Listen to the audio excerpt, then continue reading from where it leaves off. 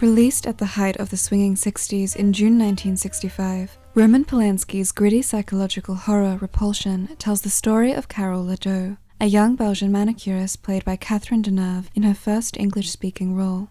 When her older sister Helen goes away on vacation with her married lover, Carol is slowly driven to homicidal madness, triggered by her intense fear of men.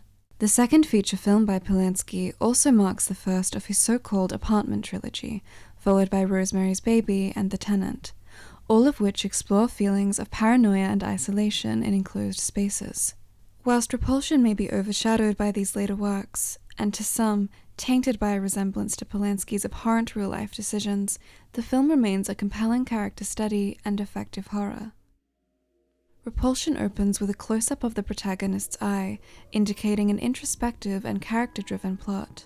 Opening credits enter the screen from all directions, culminating in the horizontal slice of the director's name across Deneuve's pupil. The image is reminiscent of the cutting of the eye in Louis Buñuel's seminal surrealist work Un Chien Andalou.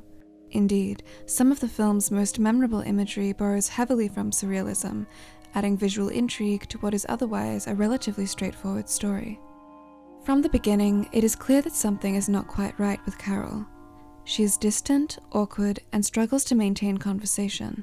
Despite this, she finds herself unwillingly courted by Colin, who, perhaps blinded by Carol's beauty, refuses to recognize her obvious disinterest. Though persistent, Colin is the least threatening man in Carol's life. She is initially able to avoid him by working late at the beauty parlor, a female-dominated space. One can imagine that Carol views her workplace as a place of refuge, despite the irony of the shop existing to make women more palatable to men.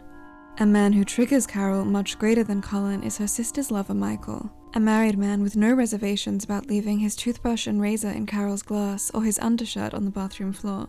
His unwanted presence in the apartment seems to be the catalyst for Carol's psychotic episode, which unravels once Michael and Helen leave to vacation in Italy.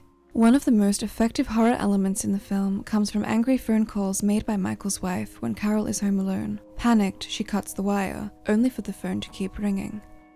Stunning black and white cinematography by Gilbert Taylor breathes life into Carol's apartment, which directly mirrors her decaying mental state. Cracks tear open the walls, hands emerge from the hallway, and outside intruders make their way in. One of the most grotesque images is of a cooked rabbit which is slowly left to rot as Carol slips further into catatonia. At many points in the film, it is difficult to determine what is imagined and what is real, what is fantasy and what is fear. Several glimpses of an old family photograph serve as a possible explanation for Carol's condition. Most famously, the film ends with a close-up of the young girl's eyes which stare distrustfully at an older male relative. This has led many viewers to believe Carol was the victim of assault in her youth. Polanski's perspective seems aligned with this reading, with the director simply stating that Carol is a girl with a problem. According to commentary recorded for the Criterion collection, the story was based on a female acquaintance of Polanski who suffered from schizophrenia. From a 21st century perspective, portraying a victim of serious mental illness as homicidal is both tired and damaging. Still, the film makes it clear that Carol's problem stems directly from a society which rampantly objectifies women. Even the most staunch believers of separating the art from the artist can't gloss over the irony of a convicted predator projecting such a message, or the involvement of an actress who denounced the Me Too movement. Such knowledge can warp the film's commentary on the objectification of women into a manifestation of the male gaze. After all, Carol spends most of the film traipsing around in a sheer nightgown, though this is nothing in comparison to the terribly forced marketing attempt to sell Repulsion as the nightmare world of a virgin's dreams become the screen's shocking reality.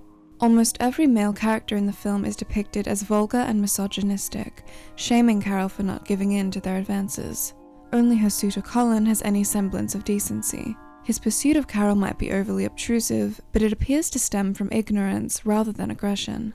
However, this does not spare him from an unfavorable ending. Colin's fate could serve as a broader commentary on the demonization of men, even good men, in a patriarchal society. As for Carol, ending up in the arms of the man who provoked her mental disintegration is an appropriately frustrating narrative choice. Against all odds, Repulsion remains an effective piece of cinema from the early catalogue of one of the industry's most polarizing figures. A surprisingly sympathetic character study of a young woman's experience with mental illness, the film's commentary on the plight of women is still relevant 60 years later. And what could be more frightening than that?